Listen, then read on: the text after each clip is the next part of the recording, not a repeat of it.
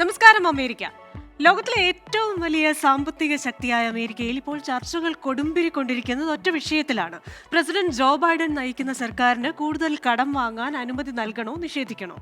നിത്യനിദാന ചെലവുകൾക്ക് പണം കണ്ടെത്തുന്നതിനായി ഒരു ഞാണിന്മേൽ കളിയിലാണ് പ്രസിഡന്റ് ജോ ബൈഡൻ. കടമെടുപ്പ് പരിധി കൂട്ടാതെ വന്നാൽ സർക്കാരിന്റെ പ്രവർത്തനം അവതാളത്തിലാകും. സർക്കാർ ഓഫീസുകൾ പൂട്ടിയിടേണ്ടിയും വന്നേക്കും. ഗവൺമെന്റ് ഷട്ട് ഡൗൺ എന്ന നാണക്കേടിലേക്കും ഡെമോക്രാറ്റ് സർക്കാരിന് പോകേണ്ടി വരും.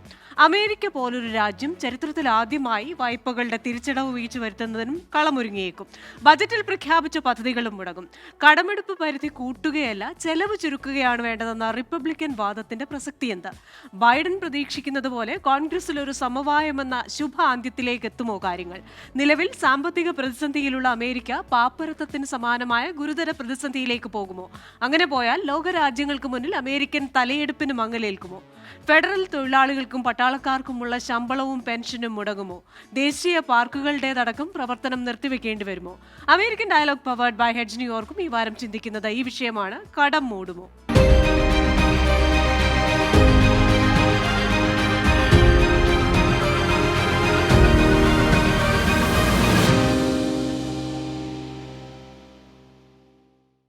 ഇന്നത്തെ എൻ്റെ അതിഥികൾ: ഷിക്കാഗോ ഫോർച്യൂൺ 500ന്റെ audit and compliance senior director Shana Mohan, Queens County community board അംഗവും ക്വീൻസ് ഉപദേശക സമിതി ബോർഡ് അംഗവുമായ Koshy Oommen, New Jersey TD bank vice president operations specialist Saji Nambiar എന്നിവരാണ്.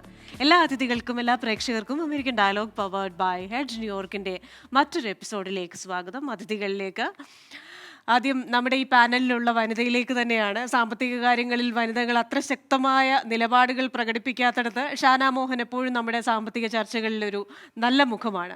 അപ്പോൾ ഷാന, ഇപ്പോൾ ഈ വരുന്ന ഡെറ്റ് സീലിംഗ് എന്ന് പറയുന്ന ഒരു ആശയം, കടമെടുപ്പ് പരിധി, അപ്പോൾ ചിലർക്കെങ്കിലും ഇതെന്താണ് എന്നതിനെക്കുറിച്ച് ഒരു ധാരണയുണ്ടാവില്ല. ഇതിനൊരു ചരിത്രമുണ്ടല്ലോ. 1917 ഒന്നാം ലോക മഹായുദ്ധം വരുമ്പോൾ അമേരിക്കൻ സർക്കാരിന് ഈ കടമെടുപ്പ് എപ്പോഴും വരുമ്പോൾ അതിനൊരു പരിധി നിശ്ചയിക്കുക, തോന്നിയാസം കടമെടുക്കാതിരിക്കാൻ ഒരു പരിധി നിശ്ചയിക്കുക, അങ്ങനെ ഒരു ചരിത്രം കൂടിയുണ്ടല്ലോ. അപ്പോൾ ഷാനയുടെ ഭാഷയിൽ എന്താണ് ഈ ഡെറ്റ് സീലിംഗ്, എന്താണ് അതിൻ്റെ ഒരു ബാക്ക്ഗ്രൗണ്ട്? ക്രിസ്റ്റീന, അതെ, ക്രിസ്റ്റീന പറഞ്ഞ പോലെ തന്നെ അത് തന്നെയാണ് അതിന്റെ historical background. 1917 world war 1 simplified ബോറോയിങ്സിന് വേണ്ടി എസ്റ്റാബ്ലിഷ് ചെയ്താണ്. അപ്പോൾ debt ceiling is exactly what it sounds like. യുഎസിന് എത്രയും കടം എടുക്കാൻ പറ്റും എന്നുള്ളതാണ് ഈ debt ceiling. It is a legal limit the US can borrow up to. ആ ലിമിറ്റ് എത്തിക്കഴിഞ്ഞാൽ lawmakers either have to suspend or raise the debt ceiling before the treasury department can issue debt again. അതാണ് അതിന്റെ ഒരു പ്രത്യേകത. ഈ പണം ഉപയോഗിച്ചാണ് US social security payments, Medicare benefits അല്ലെ മിലിറ്ററി പേയ്മെന്റ്സ് എന്നിവ നടത്തുന്നത്. സോ റൈറ്റ് നൗ ഇവിടെ US debt ceiling is capped at 31.4 trillion. അതൊരു വളരെ വലിയ എമൗണ്ട് ആയിട്ട് നമുക്ക് ഫീൽ ചെയ്യുമെങ്കിലും അത് വളരെ അടുത്ത് നിൽക്കുവാണ് ഇപ്പം. സോ നമ്മുടെ പേഴ്സണൽ ലൈഫിൽ കടം ഉണ്ടാകുന്ന പോലെ തന്നെയാണ് കൺട്രീസിലും. The federal government basically spending more than they receive right now. അതിന് വളരെ കോൺട്രിബ്യൂട്ടിംഗ് ഫാക്ടേഴ്സും ഉണ്ട്. വീവ് ഹാഡ് അൺഫണ്ടഡ് വാർസ് അല്ലെ, അതുപോലെ തന്നെ 3 റിസെഷൻസ് കഴിഞ്ഞിരിക്കുന്നു. ഇപ്പൊ റീസെന്റ് ഒരു ഗ്ലോബൽ പാൻഡമിക് കഴിഞ്ഞു and multiple rounds of tax cuts ഉണ്ടായിട്ടുണ്ട്. അപ്പം ഗവൺമെന്റിന്റെ റവന്യൂ കുറഞ്ഞുകൊണ്ടിരിക്കുവായിരുന്നു. സോ റൈറ്റ് നൗ ഗവൺമെന്റിന് മുമ്പിൽ 3 ഓപ്ഷൻസ് ആണുള്ളത്. ഒന്നുമില്ല യു ഇൻക്രീസ് ടാക്സസ്, അല്ലെ you borrow money and issue debt, അല്ലെങ്കിൽ യു കട്ട് ഗവൺമെന്റ് സ്പെൻഡിങ്. അപ്പൊ അതാണ് അതിന്റെ ഒരു ബാക്ക്ഗ്രൗണ്ട്. ഓക്കെ, ശ്രീ സജി നമ്പ്യാർ, ഇപ്പോൾ ഈ ഗവൺമെന്റിന് ഈ ഒരു ഡെറ്റ് സീലിംഗ് പരിധി മെയിൻറ്റെയിൻ ചെയ്യാതെ പറ്റാതെ വരുന്നു. അങ്ങനെ വന്നാൽ എന്താണ് സംഭവിക്കുക? എന്ത് ഇമ്പാക്റ്റ് ആണ് അത് അമേരിക്കൻ ഇക്കോണമിയിൽ ഉണ്ടാക്കുക? അമേരിക്കൻ ഇക്കോണമിയിൽ മാത്രമല്ലല്ലോ, അമേരിക്കൻ സമ്പദ് വ്യവസ്ഥയെ ബാധിക്കുന്ന എല്ലാ കാര്യങ്ങളും ലോകരാജ്യങ്ങളെയും ബാധിക്കുമല്ലോ. അതെ, ഇപ്പോൾ അത് ഡെറ്റ് സീലിംഗ് വന്നു കഴിഞ്ഞാൽ ഈ ക്രെഡിറ്റ് കാർഡ് ഇൻട്രസ്റ്റ് പേയ്മെന്റ് മേലോട്ട് പോകും. Mortgage interest will go up, car payments interest will go up, so whole economy will be impacted. So ഇത് ഒരു റിസെഷനിലോട്ട് മൂവ് ചെയ്യാൻ പറ്റും. അതാണ് അതിൻ്റെ ഒരു വലിയ ഒരു ഇമ്പാക്റ്റ് ഉള്ളത്. So we don't want to go that extent. Soon Congress will take care of the by increasing the debt ceiling or by suspending the ceiling, something like that. They have to do it immediately to avoid the consequences. അതെ, ശ്രീ കോശിയമ്മൻ, എന്തായിരിക്കും ഇതിന്റെ ഒരു impact? ഇതിനൊരു ശുഭാന്ത്യം ഉണ്ടാകുമോ? അതോ ഇതിന്റെ ഒരു climax ഇതുവരെ അമേരിക്കൻ ചരിത്രത്തിൽ സംഭവിക്കാത്ത ചില സംഭവ വികാസങ്ങളിലേക്ക് ഈ ഒരു ക്ലൈമാക്സ് എത്തുമോ? ആദ്യം തന്നെ ഞാനൊരു ഗുഡ് ന്യൂസ് ആയിട്ട് പറഞ്ഞു വരട്ടെ. നമ്മൾ സാധാരണ പറയപ്പെടുന്ന ഇഞ്ചിഞ്ചോടുള്ള പോരാട്ടം എന്ന് പറയുന്ന പോലെ തന്നെ ഇഞ്ചിഞ്ചായിട്ട് പോരാടി ഒരു സമാപന സന്തോഷ വാർത്തയിലാണ് ഇപ്പം തൽക്കാലം വാഷിങ്ടൺ DC കിട്ടുന്ന ന്യൂസും മെസ്സേജും. എന്ന് വെച്ചാല് ഏതാണ്ട് ഒരു ധാരണയിലായിട്ടുണ്ട്. പിന്നെ I think they are just doing some formalities. So അങ്ങനെ വരുമ്പോൾ നമ്മൾ പോസിറ്റീവായിട്ട് തിങ്ക് ചെയ്ത് പോവാണ്. നെഗറ്റീവ്, ഇത് അഥവാ ഇത് നടന്നില്ലേല് ഒത്തിരി പ്രശ്നങ്ങളുണ്ട്. റിസഷൻ, ഇപ്പൊ ഞാനൊരു റിയൽ എസ്റ്റേറ്റ് ബ്രോക്കറും അല്ലെങ്കിൽ ബാങ്കറും അങ്ങനെ പല ബിസിനസ്സിലുണ്ട്. അതിനകത്ത് എന്ന് വെച്ച് കഴിഞ്ഞാൽ ഈ ബോറോയിങ് കപ്പാസിറ്റി, ഇൻട്രസ്റ്റ് റേറ്റ് കൂടും. ഇൻട്രസ്റ്റ് റേറ്റ് കൂടുന്ന ഉടനെ സകലമാന ബോറോവേഴ്സും അല്ലെങ്കിൽ പൈസ കിട്ടാതെ ഒരു പരിപാടി നടക്കത്തില്ലല്ലോ. അങ്ങനെ വരുമ്പം it will be fully stagnant, nothing is gonna move on. അങ്ങനെ വരുമ്പോൾ it's gonna be a big problem. പിന്നെ ഈ ചരിത്രം എടുത്ത് നോക്കിക്കഴിഞ്ഞാൽ നമ്മൾ 72 വർഷമായിട്ട് ഇതിന്റെ നമ്മൾ അറിയപ്പെടുന്ന രീതിയിൽ പറയുന്നുണ്ട്. ഒരിക്കൽ പോലും ഈ പറയുന്ന ഡെറ്റ് സീലിംഗ് അല്ലെങ്കിൽ കോൺഗ്രസ് അംഗീകരിക്കാതെ വന്നിട്ടേ ഇല്ല. അതുകൊണ്ട് എന്റെ പരിപൂർണ വിശ്വാസം എന്ന് പറയുന്നത് 100% ഇത് ഈ ഡെറ്റ് സീലിംഗ് ഇതിപ്പോ ഇന്നാണോ അല്ലെങ്കിൽ തിങ്കളാഴ്ചയാണോ അല്ലെങ്കിൽ ചൊവ്വാഴ്ചയാണോ ഇത് അറിയിക്കാൻ പോകുന്നത് എന്നത് മാത്രമേ ഉള്ളൂ ഒരു വെയിറ്റിംഗ് പോയിന്റ് ആയിട്ടുള്ളത്. കാര്യം ഡെമോക്രാറ്റിക് പാർട്ടി, ഡെമോക്രാറ്റ് പ്രസിഡന്റ് ഇത് ഇപ്പം അവർക്ക് എന്തെല്ലാം ചെയ്യാൻ പറ്റുമോ എല്ലാം ചെയ്ത് ആവശ്യങ്ങൾ അനുസരിച്ച് ഈ കോവിഡ് കാലം തൊട്ട് ഈ പറഞ്ഞ സ്റ്റിമുലസ് പാക്കേജും അങ്ങനെ അൺഎംപ്ലോയ്മെന്റ് എല്ലാം നിവൃത്തിയാക്കി വന്നിരിക്കുന്ന ഒരു പോസിറ്റീവായിട്ടുള്ള ഒരു എനർജിയാണ്. ആയതുകൊണ്ട് എന്റെ വിശ്വാസം it's gonna be done and it will B A real positive good news soon. അതെ, അത്തരത്തിലൊരു ഗുഡ് ന്യൂസ് ഉണ്ടാവട്ടെ. അത് തന്നെയാണ് നമ്മളും പ്രതീക്ഷിക്കുന്നത്. ഈ 2018 സംഭവിച്ചതുപോലെ അന്ന് ഈ ഡിസംബർ 22 മുതൽ 2019 ജനുവരി പകുതി വരെ ഒരു ഏകദേശം 35 ദിവസത്തോളം ഒരു ട്രഷറി സ്തംഭനം ഉണ്ടായല്ലോ. അങ്ങനെയൊന്നും സംഭവിക്കാതിരിക്കട്ടെ, കാര്യങ്ങൾ ശുഭപര്യവസായി ആകട്ടെ. പക്ഷെ ഷന, ഇതിന് അങ്ങനെ സംഭവിച്ചില്ലെങ്കിൽ ഒരു ഫിനാൻഷ്യൽ ഇമ്പാക്റ്റ് ഉണ്ടാകാൻ സാധ്യതയുണ്ട്.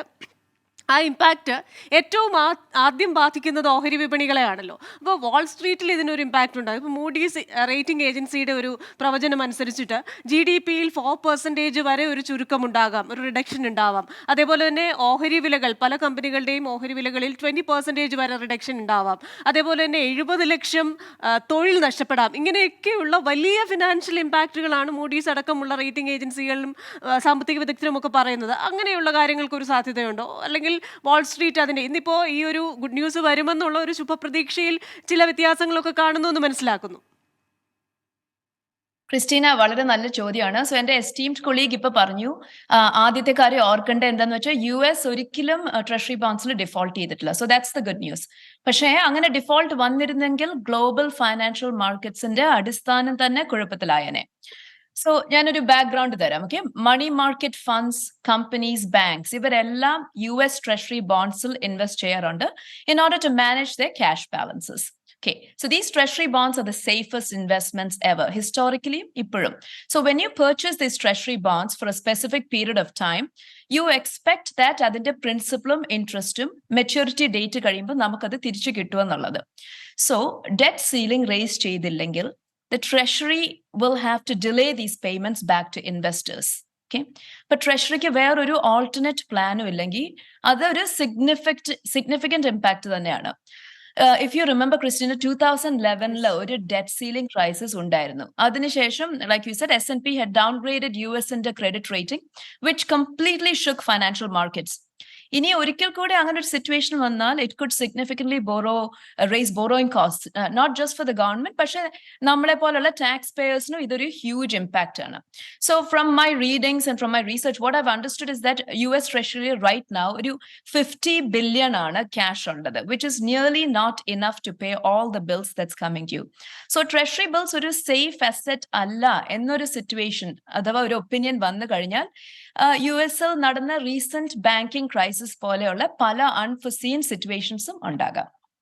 അതെ, ഷന, എൻ്റെ അറിവ് ശരിയാണോ എന്ന് എനിക്കറിയില്ല. ഈ 2011 തന്നെയാണ് ഈ ഡെറ്റ് സീലിംഗിന്റെ പരിധി ലാസ്റ്റ് ടൈം ഉയർത്തിയതെന്ന് എനിക്ക് തോന്നുന്നു. അപ്പൊ അങ്ങനെയാണെങ്കിൽ ഇപ്പോൾ വർഷങ്ങൾ വീണ്ടും കഴിഞ്ഞു. ഈ 2023 എന്ന് പറയുന്ന ഇയറിൽ നിൽക്കുമ്പോൾ വീണ്ടും ഒരു പരിധി ഉയർത്തലിലേക്ക് പോകേണ്ടതല്ലേ എല്ലാ കാര്യങ്ങളും? ഈവൻ ഇൻഫ്ലേഷൻ അതുപോലെ തന്നെ മറ്റെല്ലാ കാര്യങ്ങളും അപ്ഡേഷനാണ് വരുന്നത്. അപ്പൊ അതിനനുസരിച്ച് ഈ ഡെറ്റ് സീലിംഗിലും ഒരു ഉയർച്ച വേണ്ടേ? അതെ. അപ്പൊ ഡെറ്റ് സീലിംഗിൽ ഉയർച്ച വേണ്ടെന്ന് പറഞ്ഞാൽ അതൊരു എളുപ്പമുള്ള കാര്യമല്ല ക്രിസ്റ്റീന. ബിക്കോസ് ഇത് നമ്മളൊരു ഇക്കണോമിക് പ്രോബ്ലം ആയിട്ട് ഓർക്കുമെങ്കിലും this is also a political problem. അതാണല്ലോ ഇവിടുത്തെ ഒരു basic issue. So yes.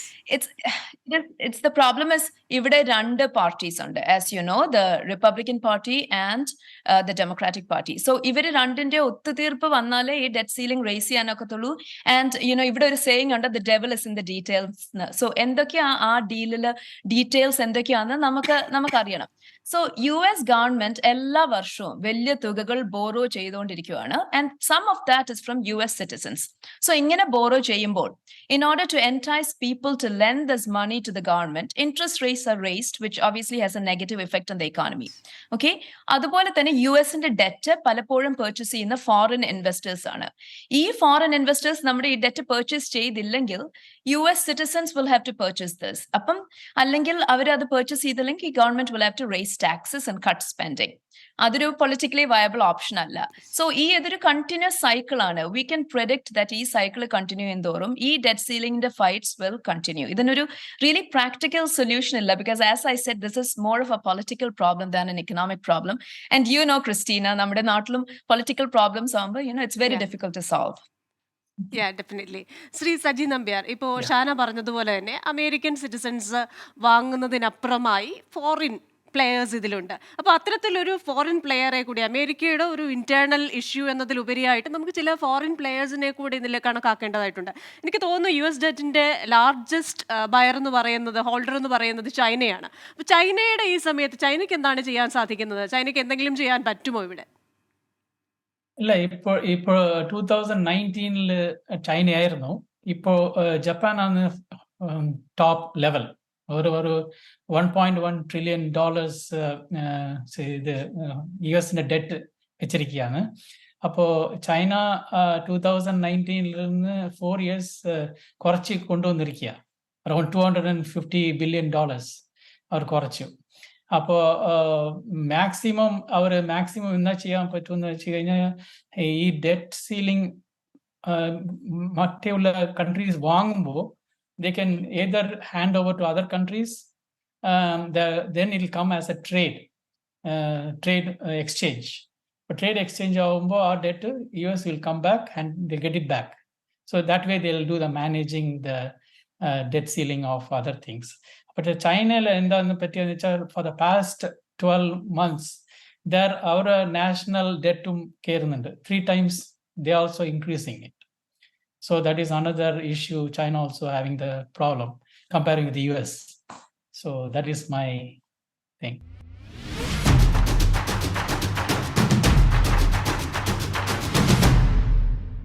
Shri കൊശിയുമൻ, ഇപ്പോൾ നമുക്കറിയാം അവിടെ ഒരു ടോം ആൻഡ് ജെറി ഗെയിം പോലെ ഒന്ന് നടന്നുകൊണ്ടിരിക്കുകയാണ്. കാരണം ഈ ഡെമോക്രാറ്റുകളെ എത്രത്തോളം ഒന്ന് വിഷമിപ്പിക്കാമോ അത്രത്തോളം മുൾമുനയിൽ നിർത്തിയതിന് ശേഷം ഒരു സമവായത്തിലേക്ക് എത്തുക എന്ന ഒരു ആശയത്തിലേക്കാകും അങ്ങ് പറയുന്നത് പോലെ ഒരു ഗുഡ് ന്യൂസിൽ സംഭവിക്കാൻ പോകുന്നത്. പക്ഷേ ഷാന പറഞ്ഞതുപോലെ തന്നെ ഇതൊരു ഇക്കണോമിക് ഇഷ്യൂ ആണെങ്കിൽ പോലും അതിൻ്റെ അകത്ത് ഒരു ചില പൊളിറ്റിക്കൽ പ്ലേസ് ഉണ്ട്. അപ്പോൾ ഈ പൊളിറ്റിക്കൽ പ്ലേ എന്ന് പറയുന്നത് അടുത്ത അമേരിക്കൻ തെരഞ്ഞെടുപ്പിൽ ഒരു ഇമ്പാക്റ്റ് ഉണ്ടാക്കാൻ തരത്തിലുള്ള ഒരു പൊളിറ്റിക്കൽ പ്ലേ ആകുമോ? അല്ലെങ്കിൽ ഈ ഡെമോക്രാറ്റുകൾക്ക് ഇത്തരത്തിലൊരു പ്രതിസന്ധി വന്നത് ഒരു തടസ്സമാകുമോ?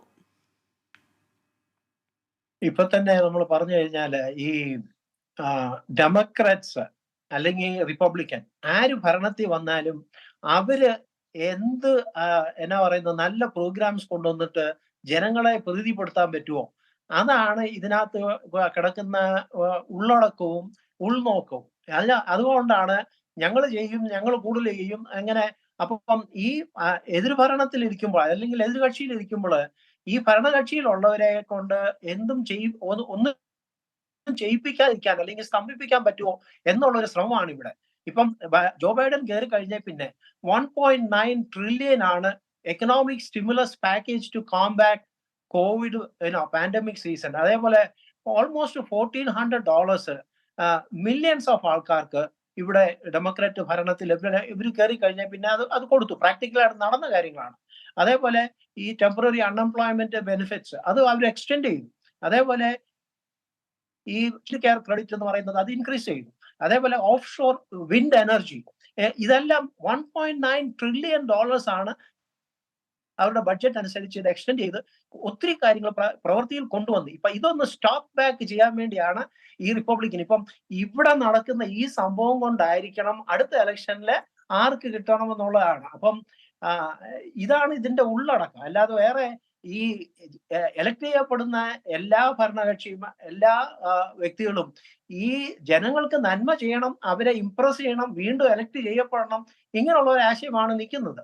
അപ്പം അതുകൊണ്ട് ഇതിന്റെ ഉള്ളടക്കം they want to help the people. പക്ഷെ നിങ്ങളെ കൊണ്ട് ചെയ്യിപ്പിക്കത്തില്ല, ഞങ്ങൾ ചെയ്യുമ്പോൾ ഞങ്ങൾ ചെയ്തോളാം, അങ്ങനെ വരുമ്പോൾ. സോ അത് പറഞ്ഞാൽ ഇപ്പോൾ ഇൻഫ്ലേഷൻ വന്നിട്ടുണ്ട്, ഇതിനിടയ്ക്ക് കോവിഡ് വന്നു, പാൻഡമിക് വന്നു, ഈ ലോകം തന്നെ സ്തംഭിച്ച ഒരു സിറ്റുവേഷനിൽ കിടക്കുമായിരുന്നു. അവിടെ നിന്ന് ഒരു പുനർജീവനം കൊണ്ടുവന്ന് ഇന്ന് ഇത്രയും കാര്യങ്ങൾ ചെയ്ത് ഓൾമോസ്റ്റ് നോർമൽ ആക്കിയിട്ട് ഇപ്പം ഓൾമോസ്റ്റ് സ്മൂത്ത് റൈഡിങ് ആണ്. ഇപ്പം they are everything doing it in A positive. Production ആണെങ്കിലും എല്ലാ കാര്യങ്ങളിലും ഒരു പോസിറ്റീവായിട്ടുള്ള ഒരു എനർജിയാണ് നമ്മളിപ്പോൾ എല്ലായിടത്തും കാണുന്നത്. അതുകൊണ്ട് ഇപ്പൊ പറഞ്ഞ പോലെ ടോം ആൻഡ് ജെറി തന്നെയാണ്. അവരെ ഇത് പറഞ്ഞ പോലെ പിടിച്ചു നിർത്താൻ പറ്റുമോ? പക്ഷേ at the end of the day ഇത് ശരിക്കും അണ്ടർസ്റ്റാൻഡിങ്ങിൽ വരുന്നു. ചെറിയ ചെറിയ നെഗോസിയേഷൻസ് ഇപ്പം എനിക്ക് കിട്ടിയ അനുസരിച്ച് ചെറിയ ചെറിയ നെഗോസിയേഷൻസ് ഇപ്പം 80 ബില്യന് അവർ ആക്ച്വലി ഇതിനു വേണ്ടി നമ്മുടെ IRS എന്നാ പറയുന്നത്, IRS ഡിപ്പാർട്ട്മെന്റിൽ ഒരു എക്സ്ട്രാ $80 ബില്യൺ ഇൻവെസ്റ്റ് ചെയ്തിട്ട് ഈ എന്നാ പറയുന്നത് വലിയ വലിയ കോർപ്പറേറ്റിൽ ടാക്സ് അടയ്ക്കാതെ നിൽക്കുന്ന കുറെ ആൾക്കാരെ പിടിക്കാൻ വേണ്ടി കുറെ ന്യൂ സിസ്റ്റമും കുറെ ഉപകരണങ്ങൾ അങ്ങനെയെല്ലാം 80 ബില്യൺ. അത് ആ 80 ബില്യൺ എന്നുള്ളത് ഇപ്പം ഒരു നെഗോസിയേഷനിൽ ഇപ്പൊ 10 ബില്യൺ ആക്കി ഡെമോക്രാറ്റിനോട് നെഗോഷിയേറ്റ് ചെയ്തു. അതേപോലെ ഈ കോവിഡില് അൺയൂസ്ഡ് ഫണ്ട്സ് ആയിട്ട് $30 ബില്യൺ ഉണ്ട്. ആ 30 ബില്യൺസും ഈ 30 billion they want to bring it back to the mainstream. അപ്പൊ അങ്ങനെ ഒരു ചെറിയ ചെറിയ നെഗോസിയേഷൻസിലൊക്കെയാണ് ലാസ്റ്റ് മിനിറ്റ് നെഗോസിയേഷൻ നടക്കുന്നത്. But at the end of the day Tom and Jerry both will be happy and the people also will be happy. Thank you. Hopefully. Shana, ഇപ്പോൾ 2018 similar ആയിട്ടുള്ള ഒരു സിറ്റുവേഷൻ ഉണ്ടായിരുന്നു. ഒരു 35 ഡേയ്സോളം ചില പ്രശ്നങ്ങളുണ്ടായി. ഇപ്പോൾ 2023 വീണ്ടും അത് ആവർത്തിക്കുന്നു. ഒരു റെക്കറൻസ് സ്വഭാവം ഇതിനുണ്ടാവുന്നു. ജാനറ്റ് യെല്ലൻ പറഞ്ഞിരിക്കുന്നു അസാധാരണമായ ചില നടപടികളിൽ കൂടി മാത്രമേ ഇതിനൊരു പരിഹാരം കാണാൻ സാധിക്കുന്നു. പക്ഷെ ചില സാമ്പത്തിക വിദഗ്ധർ അവർ വേറെ ചില ആശയങ്ങളും കൊണ്ടുവരുന്നുണ്ട്. അതായത് $1 ലക്ഷം തത്തുല്യമായ നാണയത്തുട്ടുകൾ അടിച്ചിറക്കുക, $1 lakh trillion, അതുപോലെ തന്നെ ഭരണഘടനാപരമായ ചില പ്രഖ്യാപനങ്ങൾ നടത്തുക, ഇങ്ങനെയൊക്കെയുള്ള ചില ഓപ്ഷൻസ് കൂടി ജോ ബൈഡന് മുന്നിലുണ്ടെന്ന്. ഇതൊക്കെ എന്തെങ്കിലും പ്രായോഗികമാണോ? പ്രാക്ടിക്കലായിട്ടുള്ള കാര്യങ്ങളാണോ ഇതൊക്കെ? സോ അത് പലവർക്കും പല ഒപ്പീനിയൻസ് ആണ് ക്രിസ്റ്റീന അതിനെ കുറിച്ച്. പക്ഷേ let me first caveat by saying that the good news എന്റെ കൊളീഗ് ഇപ്പൊ പറഞ്ഞു, ഇപ്പം ഒരു ഡീൽ അപ്രോച്ച് ചെയ്തുകൊണ്ടിരിക്കുകയാണ്. That's the great news. പക്ഷേ ആ ഡീല് ഫൈനലൈസ് ചെയ്തിട്ടില്ല അല്ലെ? ബിക്കോസ് അഗൈൻ ഞാൻ നേരത്തെ പറഞ്ഞ പോലെ ബൈ പാർട്ടിസൺ സപ്പോർട്ടോടെ ആ ഡീൽ പാസ് ചെയ്യണം. ഇനി അഥവാ അങ്ങനെ ഡീൽ റീച്ച് ചെയ്തില്ലെങ്കിൽ obviously the Biden government has to start looking at other things. So അവർ കണ്ടിൻജൻസി പ്ലാൻസ് നോക്കി തുടങ്ങിക്കഴിഞ്ഞു. So according to various contingency plans, ഇതിന്റെ ഫൈനൽ ഡീറ്റെയിൽസ് ഒന്നും നമുക്ക് അറിയത്തില്ല ബിക്കോസ് ആ സിറ്റുവേഷൻ ഇപ്പൊ അപ്രോച്ച് ചെയ്തിട്ടില്ല. പക്ഷെ അങ്ങനെ ഒരു കണ്ടിൻജൻസി പ്ലാൻ അവർ നോക്കുന്നതല്ല. ചില കാര്യങ്ങൾ is that the government will only pay bills a day before they become due. So this is ഒരു deviation from past history because സാധാരണഗതിയിൽ the government pays bills way in advance, not the day before. So ഇങ്ങനെ ചെയ്താൽ കുറച്ച് cash ഫ്ലോയിന്റെ ഒരു advantage അവർക്ക് കിട്ടും. So that's one thing.